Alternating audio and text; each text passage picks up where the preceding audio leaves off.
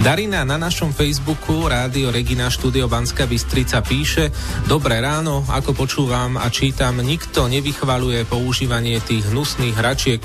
Zákaz dovozu, predaja a hrozba vysokých pokút to iste nevyrieši, ale aspoň obmedzí. Verím, že vaša anketa sa dostane aj na miesto, kde sa o takýchto záležitostiach rozhoduje. V júni mi petarda ťažko poškodila sluch. Už roky som bol prakticky nevidiaci. Takže čakám, čo príde ešte. A opäť nám prišiel e-mail na regina.bystrica@rtvs.sk. Pálo napísal a odpovedá tak na našu otázku, čo si myslíte o delobuchoch a petardách počas celého roka. Vrcholom cynizmu, bezohľadnosti a ľudskej hlúposti sú ohňostroje nad vodnými plochami. Negatívny ekologický dopad je v tomto prípade ešte väčší ako u ohňostrojov nad zemou. Týmto je známe jedno veľké mesto na Slovensku, takto napísal Pálo. Ďakujeme pekne za názor a ostatní môžete písať až do 9. Výbušniny by mali mať v rukách len profesionáli, nie bežní ľudia, mali by mať na to certifikát. Píše Peter z Banskej Bystrice. Má negatívne skúsenosti s petardami. Píše o tom, ako videl, ako petarda odpálila pri mladej slečne a poškodila jej natrvalo sluch. Rádio Regina, Rádio Budík.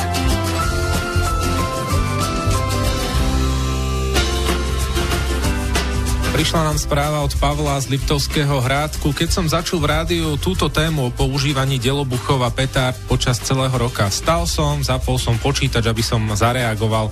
Dnes už všetci vidíme, že čelíme blížiacej sa ekologickej katastrofe.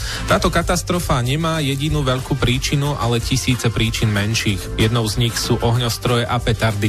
Na celom svete sa ročne na tento účel spotrebujú stovky, možno tisícky tón munície. Čo nám to prinesie? Poprvé chvíľku radosti, po druhé znečistené ovzdušie, odpad, ktorý sa postupne dostáva do pôdy, ktorú kontaminuje, pretože väčšinou ľudí ani nenapadne tento odpad pozbierať. Záťaž životného prostredia pri ich výrobe a distribúcii, ďalej stresované zvieratá a mnohé ďalšie negatívne aspekty. Všetko toto je možné označiť ako bezohľadný ekologický terorizmus. Ja osobne by som toto zakázal na celom svete. Milan Lupták. Zákaz predaja sotva niečo vyrieši. Slovák výmyselník si delobuch vyrobí doma a bude to ešte nebezpečnejšie, tak ako pred rokmi. Veď si len spomeňme, keď sme si ako chlapci všeličo svojpomocne vyrábali. Zrejme zákaz používania pyrotechniky pod hrozbou vysokých pokút, aj keď chápem, že kontrola zákazu je obtiažná. Milan, ďakujeme pekne za názor. Ľudmila Šmidová napísala: ohňostroj mi nevadí, ale petardy a delobuchy áno. Pochybujem, že zákaz ich používania niečo vyrieši. Kto ich prichytí príčine? Pomohol by len zákaz predaja a nie len deťom. Poslucháč na Facebooku napísal: odseknúť ruky každému, kto strieľa a bude pokoj. Julia sa tiež vyjadrila: chúďatka, zvieratka u nás ešte aj dnes strieľajú.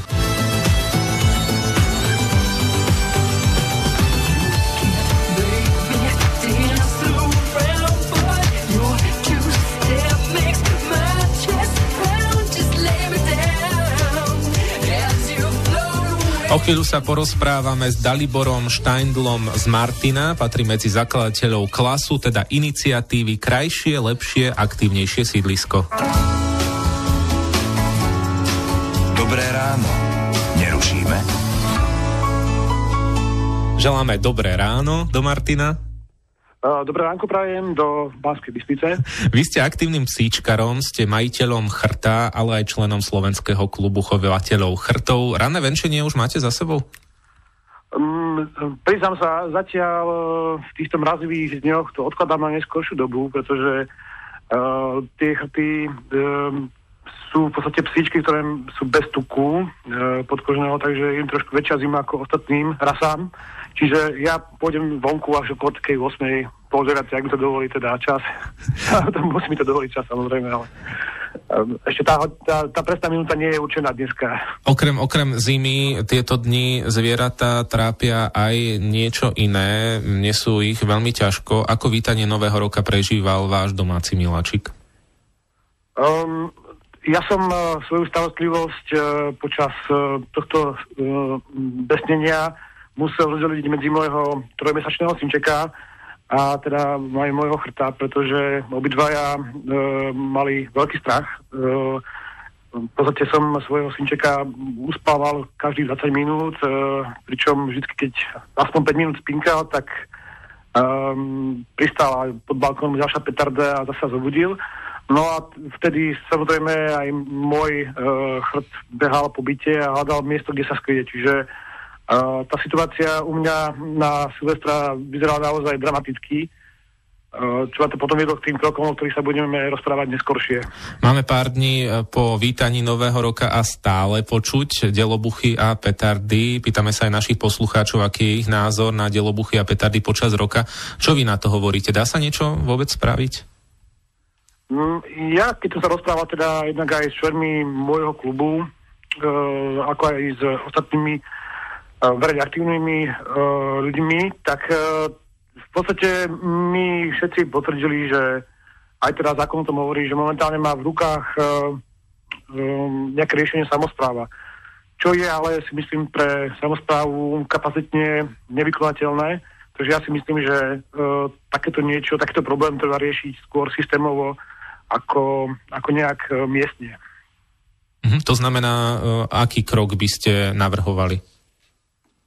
Ja si myslím, že jediný krok, ktorý pomôže, je nejaká forma zákazu predaja petard a delobuchov, ktorý by sa sťahoval celoplošne na územie Slovenskej republiky, pretože ako to už vidíme, nejaké sankcie pri aj obmedzení pri v obciach nemajú zmysel a podľa mňa sú nevykonateľné, pretože na to tá samospráva nemá kapacitu, aby sledovala každé miesto v tom hlavne väčšom meste a aby niekde usvedčila nejakého konkrétneho vinníka, ktorý robí priestupok. Vy ste už aj určité kroky urobili. Dávate možnosť vyjadriť sa Slovákom. Akým spôsobom? Tá situácia z toho Silvestra vlastne vyvrcholila nejak v noci z 1. na 2. januára, kedy som sa teda rozhodol rozbehnúť petíciu za celoročný zákaz používania petard a delobuchov. Teda podotýkam, že ja v tom naozaj myslím tie petardy a delobuchy, ktoré sa hádžu ľuďom pod nohy a s balkónom. Myslím si, že nejaký ohňostroj, ktorý je robený profesionálnym pyrotechnikom, alebo nejaký ohňostroj, ktorý trvá 25 sekúnd, ten sa dá zniesť, ale skôr ja narážam práve na tie delobuchy, ktoré sa hádžu pod nohy, respektíve tu nám búchajú celý rok. Takže v rámci iniciatívy sme teda sa rozhodli vytvoriť tú petíciu, ktorá momentálne prebieha na internete a kde sa už zapojilo za tie 2 dní zhruba 5700 ľudí. Čiže zatiaľ na internete, ale už mám požiadavky z niektorých miest, aby teda som dodal aj fyzické hárky. Takže určite tá petícia sa pretaví aj do tej fyzickej formy. Zatiaľ na to nebol bohužiaľ čas. Ďakujeme pekne za takéto ranné rozprávanie o aktuálnom probléme. Povedal nám o ňom Dalibor Štajndl, iniciátor a zakladateľ Klasu, teda iniciatívy Krajšie, lepšie, aktívnejšie sídlisko. Želáme vám pekný deň. A ja vám prajem pekný deň a úspešný štart do toho týždňa. Dovidenia.